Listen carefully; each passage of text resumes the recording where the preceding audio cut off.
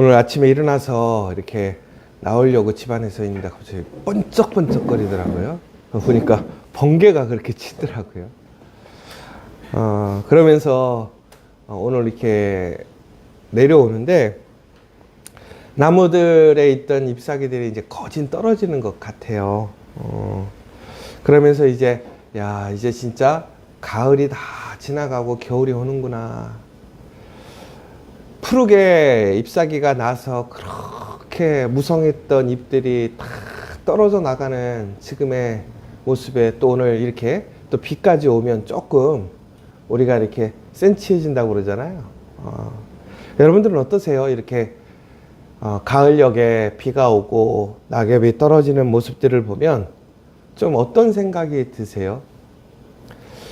뭐 사람마다 조금씩 달라질 것 같아요. 그런데 대부분 많은 사람들은 외롭거나 쓸쓸함을 많이 느끼시기도 하는 것 같습니다.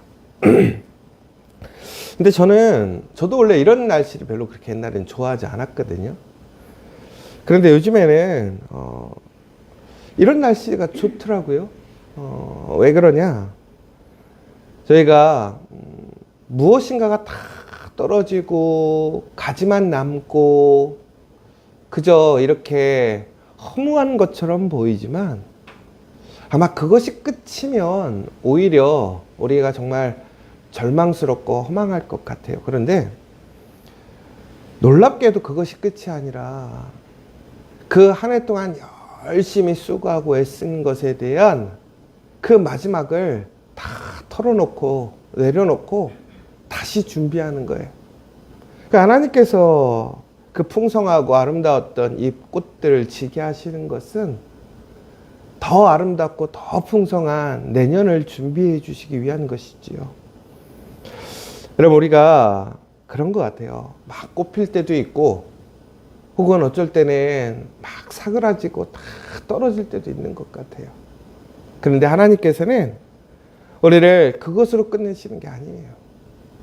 바로 죽음 다음에 부활이 있고 또 우리의 고난과 시험 다음에는 반드시 하나님의 영광과 승리가 있음을 여러분 이 아침에 기억하시고 또 무엇보다 이 새벽 이 빗길을 걸어서 오신 분들 또 바쁘고 힘든 상황 속에서 깨어서 오늘 이 예배를 함께 드리고 있는 모든 분들에게 그런 하나님의 소망이 충만했으면 좋겠습니다. 오늘 읽으신 말씀을 보시면요. 여러분 좀 가끔씩 성경에 보면 요즘 기준으로 치자면 좀 이거 너무한 거 아니야? 이런 생각 들 때 있지 않습니까? 우리가 요즘 인권이라고 하잖아요. 인권의 측면에서 보면 이거는 좀 너무 심한 거 아니야?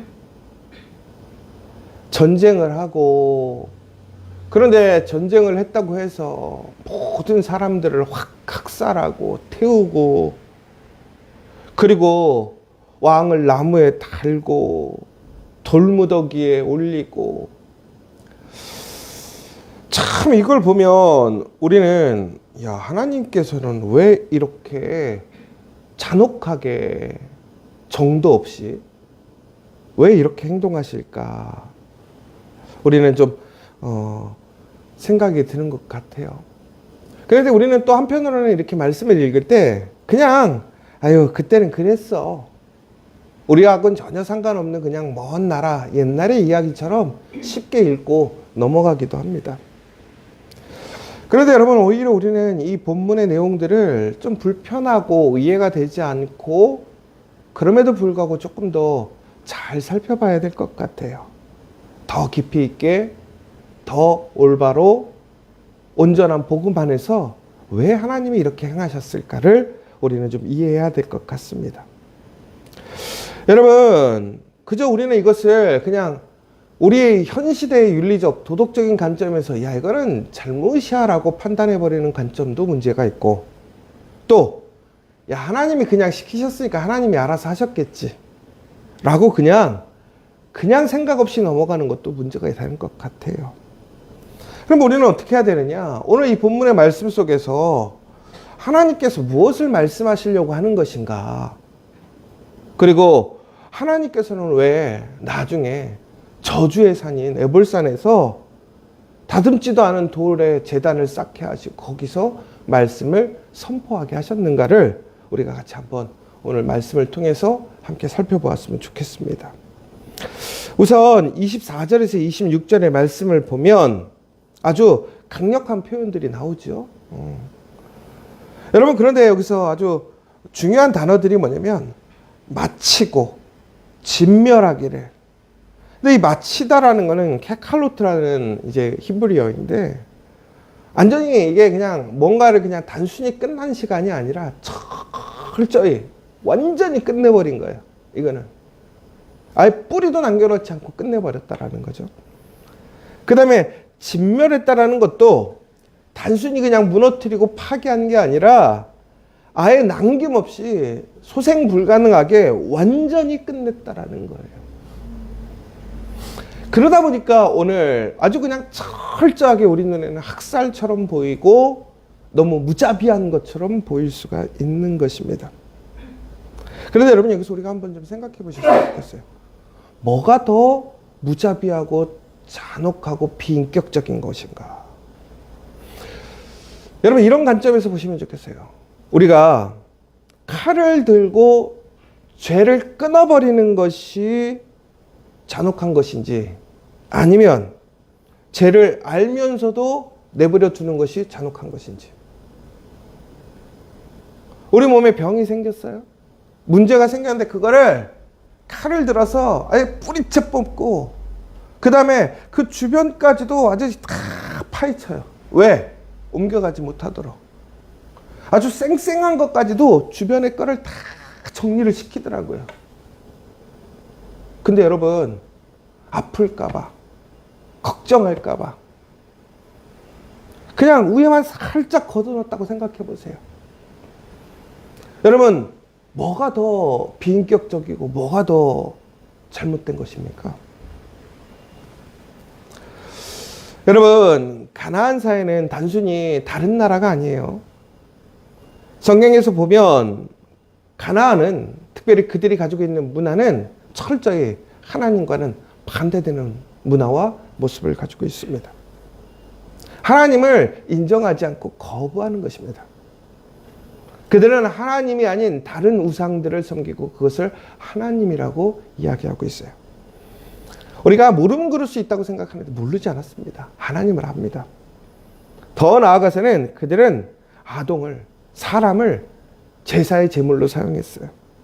그리고 아주 풍성함이라는 화려함 뒤에는 잔혹함이 포함되어 있습니다. 성적인 타락, 우상 숭배가 일상화되어 있는, 병들고 죄로 물들어 있는, 철저하게 오염되어 있는 사회였다라는 거예요.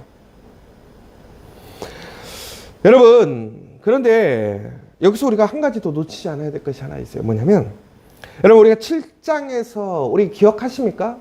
아이성 전투의 패전의 원인이 됐던 사람, 아간이었죠. 여러분, 그런데 그가 어떻게 됐냐면 돌무더기 아래에 묻히게 됩니다. 그런데 오늘 8장, 오늘의 내용을 보십시오. 아이의 왕이 어디 있냐면 돌무더기 아래에 묻힙니다. 한 사람은 가나안 사람이고 한 사람은 가나안 사람이 아니었단 말이에요. 그런데 오늘 그들의 결과는 동일하게 참혹하게 죽임을 당하고 돌무더기 속에 들어갔단 말이에요. 그러면 여기서 아주 중요한 포인트가 하나 있어요. 하나님께서 인종을 구별하신 게 아니에요. 너는 이스라엘 사람이고 너는 가나안 사람이니까 너는 아주 학대받아야 되고 너는 잔혹하게 죽어야 돼. 이 얘기가 아니란 말이에요. 이스라엘이냐 가나안이냐가 아니라 언약에 충실했느냐, 하나님의 말씀에 올바로 서 있느냐 아니냐라는 거예요. 그럼 다시 얘기하자면 이스라엘 사람이라도, 하나님의 백성일지라도 그가 죄 가운데 있다면, 죄에 물들어져 있다면 하나님은 어떻게 하시느냐? 도려내시더라는 거예요.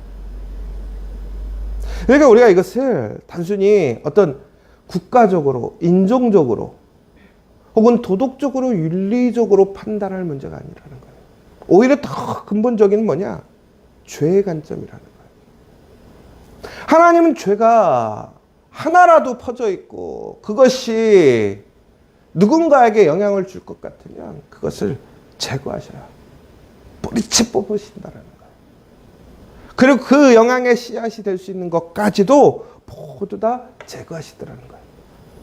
그런데 그것은 단순히 가나안 사람이기 때문에, 이방 민족이기 때문에가 아니라 바로 죄에 있기 때문에.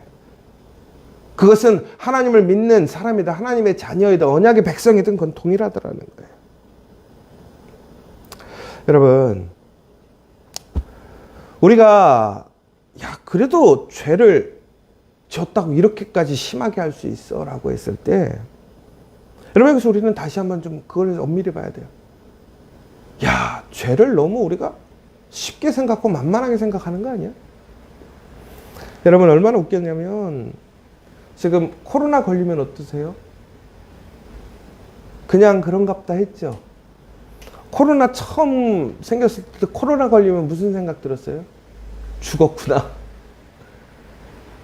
그런데 문제는 코로나 걸렸을 때 가장 큰 문제가 뭐였냐면 나 혼자 걸리는 병이 아니라 코로나는 그때 전염시키는 병이었단 말이에요. 그래서 그 상실감이 너무나 힘들었던 거예요. 여러분, 코로나만 하나 걸려서 그때 얼마나 사람들이 조심하고 마스크를 쓰고 서로의 거리를 두고 얼마나 그 부분에 있어서 조심하고 예방하려고 하고 걸렸을 때는 그것을 철저히 격리시키고 했던지 기억나시죠? 여러분, 그런데 코로나보다 더 강력한 게 죄란 말이에요. 더 무서운 게 죄란 말이에요. 그런데 우리는 어떡합니까? 죄의 상황을, 죄의 문화를 우리는 어떻게 해요? 너무 쉽게 생각하지 않습니까? 이 정도는 괜찮아. 용납되어지는 거잖아. 다 그렇잖아. 여러분, 오히려 우리가요, 이렇게 인정해버리고 적당히 타협하고 적당히 같이 살고 있는 것이 더 잔혹함이라는 거예요. 하나님이 잔혹하고 하나님이 비인간적인 게 아니에요. 우리가 더 그렇다라는 거예요. 여러분, 우리가 28절에서 29절을 보면 두 장면이 나와요. 아이성 전체를 불사르고 이제 영원한 무더기로 남기는 모습을 보게 돼요. 그리고 더 나아가서 아이 왕을 나무에 달았다가 성문 어귀에 던지고 그 위에 큰 돌무더기를 쌓는 장면을 보게 됩니다. 그런데 여기서 두 가지 다 오늘까지 있더라라고 하는 말들이 이어져요. 그러니까 결국은 무슨 얘기냐면 그것들이 하나의 표적과 증거가 되었다라는 거예요. 여러분, 이것은 엄밀히 보면 고대식의 기념비를 세웠다라는 것입니다. 그런데 이것은 우리가 기념비를 세울 때 뭐 할 때 세우죠? 승리했을 때. 우리가 기쁜 일을 남겨놓으려고 하는 거잖아요. 그런데 하나님께서는 이것을 어떠한 기념비로 세워놓으신 거냐? 바로 죄의 기념비라는 거예요. 상처의 기념비. 이게 무슨 얘기냐면 이거를 죄를 가볍게 여기지 말라는 거예요. 죄로 인하여 죽은 돌무더기를 통해서 우리가 봐야 될 것은 하나님을 오해하고 하나님을 부인하거나 하나님을 무서워할 것이 아니라 하나님이 왜 그러셨는지, 왜 저들이 죽었는지 우리는 그것을 통해 죄를 기억하라는 거예요. 여러분, 신명기 21장 22절에서 23절의 본문에 보면 이렇게 되어 있어요. 나무에 달린 자는 하나님께 저주를 받은 자임이라. 아이 왕이 결국엔 나무에 달려 죽는 모습이에요. 그럼 이게 무슨 얘기예요? 저주받았다라는 거예요. 왜 저주를 받았습니까? 하나님을 대적하고 죄에 충성스러운 사람이었어요. 그런데 그의 결과라는 것은 뭡니까? 죽음과 저주라는 거예요.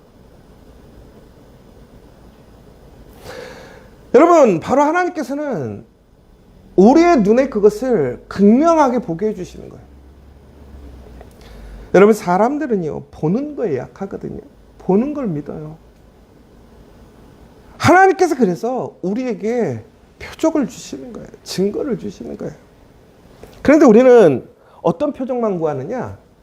내가 원하는 것, 세상적인 기준에 잘 되고 풍성한 것들을 표적으로만 생각하지, 우리가 하나님께서 우리에게 말씀하시는 경고, 우리가 살지 않아야 될 삶에 대한 표적과 증거들은 우리는 외면하고 보지 않으려고 한단 말이에요. 근데 놀랍게도 갈라디아서 3장 13절에 보면 뭐라고 되어 있습니까? 예수님께서 우리를 위하여 어떻게 됐어요? 십자가에서 저주받은 바 되시다라는 거예요. 그리고 나무에 달린 자마다 저주 아래에 있는 자라 하였다라고 되어 있습니다.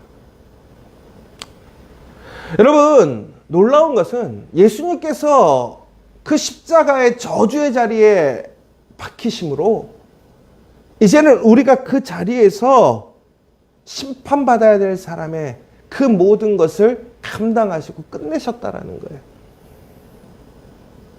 우리가 받아야 될 심판, 우리의 결과를 누가 가져가셨다는 거예요? 예수님이 가져가셨다라는 거예요. 여러분, 그러므로 우리는 어떻게 해야 됩니까? 구약 안에서 그 십자가, 그 나무의 달림은 죄와 우상에 빠진 사람들은 결국은 하나님의 심판으로 이어질 수밖에 없고, 결국에는 하나님께서 개입하셔서 그것들을 강력하게 제거하시는 모습을 구약에서 보여준 거죠. 그런데 우리가 예수님이 오신 이후에는 어떻게 되었습니까? 그 모든 심판과 저주가 그 십자가에서 예수님을 통해서 끝나버렸다는 거예요. 그러면 이제 우리가 해야 할 일은 뭐냐라는 거예요. 우리는 바로 그 예수님의 놀라운 은혜 안에 참여해서 우리가 가져야 될 우리의 운명적인 그 심판과 죽음과 저주가 아니라 하나님의 놀라운 영광으로, 생명으로 나아가야 한다는 거예요. 그러므로 오늘 우리가 해야 할 것은, 우리가 단순히 하나님께서 구약을 통해서 오늘 여호수아와 이스라엘을 통해서 그 죄를 제거하는 역할을 우리가 하라는 것이 아니에요. 우리가 가끔씩 오해하고 잘못된 일이 있어요. 우리는 하나님의 이름으로 누군가를 정죄하고 재단하고 학살하려고 할 때가 있어요. 우리 역사에 보면 그런 일들이 상당히 많이 있어요. 그런데 그것은 끝났다라는 거예요. 예수님으로 인해서 끝났다라는 거예요. 그럼 우리가 해야 할 것은 무엇입니까? 죄와의 영적 전쟁이라는 거예요. 더 나아가서 골로새서 3장 5절에 보면 뭐라고 되어 있습니까? 그러므로 땅에 있는 지체를 죽이라. 결국에는 여러분, 이것이 우리가 누군가 다른 사람들을, 죄에 있는 사람들을 죽이라는 얘기가 아니라, 내가 예수 그리스도 안에 놀라운 그 부활의 능력, 그 십자가의 보혈의 능력으로 어떻게 하라는 거예요? 죄를 이겨내라는 거예요. 승리하라는 거예요. 여러분, 하나님은 이제 더 이상 우리 손으로 사람을 죽이거나 죄를 멸하라고 하지 않아요. 그것은 오직 예수님께서 끝나셨다라는 거예요. 우리는 그것을 믿고, 우리는 우리의 욕망, 우리의 우상, 우리의 죄를 그 십자가 앞에 내려놓고 철저히 끊어버리라는 거예요. 여러분, 그리고 나서 어떻게 하느냐? 놀랍게도 이제 이스라엘 사람들 앞에 그런 참혹한 아이성 싸움 전투 이후에, 이러한 일들을 행한 이후에 갑자기 그들을 데리고 에발산으로 올라가서 제단을 쌓고 예배를 드리더라는 거예요. 결국 무슨 얘기입니까? 전쟁을 끝마쳤는데 오히려 축제와 혹은 포상과 쉼이 있는 게 아니라 너무나 힘들게 저주의 산인 에발산에 가서 예배를 드리더라는 거예요. 무슨 생각이냐? 여러분, 아이성 전투 이후에 이스라엘은 참담함을 경험했어요. 그런데 다시 하나님의 도우심과 인도하심을 통해서 그들은 다시 승리를 경험하게 되었고 철저하게 죄를 응징하고 구별하는 모습을 보게 돼요. 그러면 에발산의 제단을 쌓고 하나님께 예배를 드린다라고 하는 것은 무슨 얘기냐면 그것을 잊지 않는 거예요. 여러분, 전쟁에서 가장 중요한 것은 승리가 아니라 승리 이후예요. 우리 삶의 속에서 예수님께서 우리를 도우셔서 우리에게 능력을 주셔서 우리가 그리스도인이 되었습니다. 그러면 그것으로 끝난 것이 아니란 말이에요. 그 이유가 중요하더라는 거예요. 무엇입니까? 바로 예배하는 자가 되어야 된다. 예배하는 것은 무엇입니까? 하나님을 기억하고 하나님을 인정하고 하나님을 영광스럽게 한다라는 거예요. 그러니까 오늘 이스라엘 사람들의 가장 중요한 전쟁의 마무리는 뭐냐? 오늘 이 전쟁이 누구에게 속해 있다? 하나님께 속해 있다. 하나님께 예배하는 자라는 거예요. 특별히 그들은 번제와 화목제를 드리는 모습을 보게 되거든요. 번제라는 게 뭡니까? 하나님께 모든 것을 불태워 드리는 거예요. 내가 갖지 않고 하나님께 전부 드리는 거예요. 그런데 아이성의 가장 큰 실수는 무엇이었습니까? 하나님께 전부 드리지 않고 나의 것을 취하였을 때 문제가 있단 말이에요. 더 나아가 화목제라는 것은 하나님과 하나 되는 거예요. 결국엔 무엇입니까? 우리에게 오는 승리라는 것은 우리의 힘이 아니라 하나님께 온전히 맡기고 하나님께 온전히 드려지는 삶이 될 때에 더 나아가 하나님과 온전한 화목한 관계가 될 때에 어떻게 되는 거예요? 우리에게 승리가 주어짐을 기억하라는 거예요. 여러분 잘 보세요. 죄의 결과에 기념비가 있고 오늘 그들은 하나님의 은혜 안에 들어왔을 때의 결과를 두 가지를 다 같이 보게 하는 거예요. 더 나아가서 돌 위에 율법을 기록했다고 되어 있어요. 여러분, 그들이 그 현장에서 기념비를 세우지 않았어요. 그들의 업적, 그들의 자랑을 세우지 않고 무엇을 새겨 넣었다고요? 말씀을 새겨 넣었단 말이에요. 여러분, 우리가 해야 할 것은 승리를 자축하거나 승리의 영광을 우리가 취하는 것이 아니라 말씀을 세우는 것이 중요하더라고요. 더 나아가서는 마지막으로 온 회중 앞에서 축복과 저주를 낭독하는 모습을 보게 됩니다. 여러분, 여기서 참 중요한 포인트가 하나 있어요. 여러분, 축복과 저주가 뭘까요? 여러분, 더 나아가서는요, 오늘 보세요. 하나님께서는 보통 사람 같으면 전쟁을 이기고 나면 우리는 그것을 자랑하거나 혹은 안도감을 갖고 쉼을 갖죠. 그런데 하나님은 전쟁에 승리한 이후에 다시 어디로 나오기를 원하셨고 또한 여호수아가 이끌고 갔냐면 하나님 말씀 앞으로 갔단 말이에요. 그럼 무슨 얘기냐? 그 싸움이 끝난 게 아니에요. 그러면 싸움을 통해서 우리는 무엇을 하는? 하나님의 말씀에 언약 앞에 서야 된다는 거예요. 그렇게 될 때 우리에게 어떻게 되는 거예요? 가나안의 많은 싸움들을 승리함으로 나아갈 수 있는 거예요. 여러분 한번 생각해 보세요. 우리 인생에 여러분 하나님을 경험한 믿음의 고백이 있죠.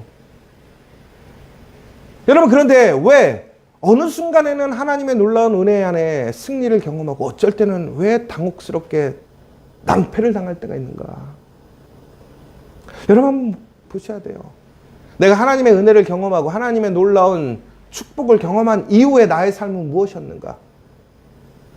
다시 과거의 죄의 삶으로 돌아가는 것인지 아니면 말씀 앞에 언약을 새기고 말씀을 세우고 철저하게 하나님께 나를 드리는 삶으로 바뀌고 무엇보다 하나님과 온전한 하나됨을 살고 있는 삶을 살고 있는 것인지 아니면 다시 과거의 삶으로 죽을 수밖에 없는 그 무더기에 묻힐 삶으로 돌아가고 있었던 것인지.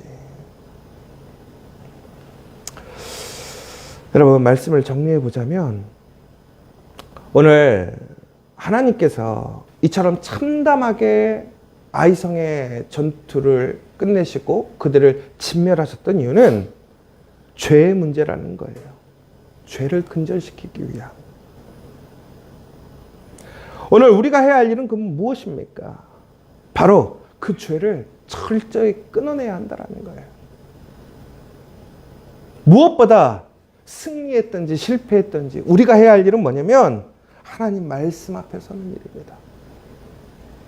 여러분, 말씀 앞에 설 때 소망이 있는 것이고 다시 시작할 수 있는 것이고 무엇보다 하나님이 주신 놀라운 은혜가 더 큰 은혜와 영광으로 이어짐을 기억하십시오. 그저 그 기쁨에 안도감에 쉬는 것이 아니라 더 예배의 자리로, 말씀의 자리로 나아가게 될 때에 우리는 하나님의 편치 않는 그 보호하심과 승리를 경험할 수 있더라는 거예요. 여러분, 가장 중요한 것이 하나 있어요.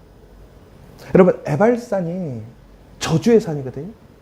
그런데 왜 하나님께서는 저주의 산으로 그들을 끌고 가서 이러한 일들을 행하셨을까요? 말씀을 새기게 하셨을까요? 여러분, 에발산은 저주의 산이지만 그곳에서 하나님께 예배드릴 때 그것은 저주의 산이 아닌 축복의 산이 되는 거예요. 우리의 삶이 지금 저주 같고 낭망스럽고 실패의 자리 같지만 그 자리에 하나님께 온전하게 예배드리고 말씀을 새기고 하나님을 기억한다면 그 자리가 바로 복의 자리, 영광의 자리가 될 줄 믿으시기 바랍니다. 오늘 이 시간 바로 하나님께서 우리를 그렇게 이끌어가길 원하십니다. 여러분, 여호수아와 이스라엘은 전쟁의 승리 위에 서지 않았습니다. 어디 위에 섰어요? 주님의 말씀 위에 섰단 말이에요. 오늘 우리가 함께 부른 찬송이잖아요.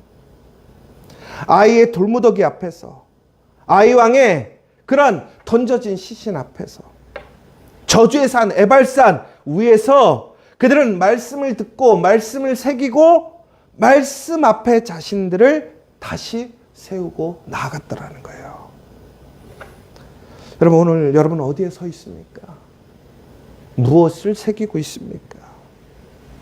오늘 시작하면서 여러분, 그 에발산에서 놀라운 하나님의 말씀으로 복음의 재단을 세웠던 것처럼 여러분의 그 삶의 자리에서 놀라운 하나님께 예배함으로 그 하나님을 향한 온전한 성결한 삶이 되므로 하나님의 재단으로 바꾸고 그 은혜를 누리는 저 여러분 되시기를 간절히 소망합니다. 이 시간 함께 기도했으면 좋겠습니다. 여러분, 오늘 이 시간 아이성과 에발산에서 역사하신 하나님을 바라보시면서 우리는 우리의 죄를 가볍게 보지 않고 무엇보다 예수님께서 우리의 그 모든 죄를 지시고 십자가를 지어주심을 감사하며 우리는 이제 그 죄를 단호하게 끊어버리고 언약의 말씀을 붙들고 그 말씀의 자리, 예배의 자리로 돌아가서 하나님의 놀라운 언약의 말씀의 기념비를 세울 수 있는 내 삶이 그러한 기념비가 되고 우리 가정이 그런 기념비가 되고 우리 교회가 그런 기념비가 될 수 있도록 오히려 저주의 돌무더기와 같은 기념비가 아니라 실패의 기념비가 아니라 그럼에도 불구하고 연약했고 부족했고 또한 죄에 물들어 있었지만 그럼에도 하나님의 말씀의 자리로 돌아오고 저주의 산에서도 하나님의 말씀으로 놀랍게 제단을 쌓고 예배를 드림으로 그것이 축복의 놀라운 시작점이 되게 했던 것처럼 오늘 저와 여러분들이 그런 복의 사람, 은혜의 사람들 되어지기를 우리의 가족, 우리 공동체가 그러한 놀라운 은혜 안에 있기를 이 시간 함께 기도해 주시면 좋겠습니다. 또한 우리 김대경 성도님을 비롯해서 우리 교회 안에 영육간에 어렵고 힘들고 상처 입은 우리 지체들이 있습니다. 하나님의 놀라운 치료하심과 도우심으로 깨끗하게 치료되어지고 회복되어지고 무엇보다 그것이 하나님의 놀라운 언약의 증거, 축복의 증거가 될 수 있도록 다시 한번 기도해 주시고 또한 우리 고3의 자녀들 또한 우리 지저처치가 온전히 감당해야 될 그 표적과 증거가 무엇인지를 다시 한번 함께 기도해 주시는 시간 되었으면 좋겠습니다. 우리 주기도문으로 마치도록 하겠습니다. 하늘에 계신 우리 아버지, 아버지의 이름을 거룩하게 하시며 아버지의 나라가 오게 하시며 아버지의 뜻이 하늘에서와 같이 땅에서도 이루어지게 하소서.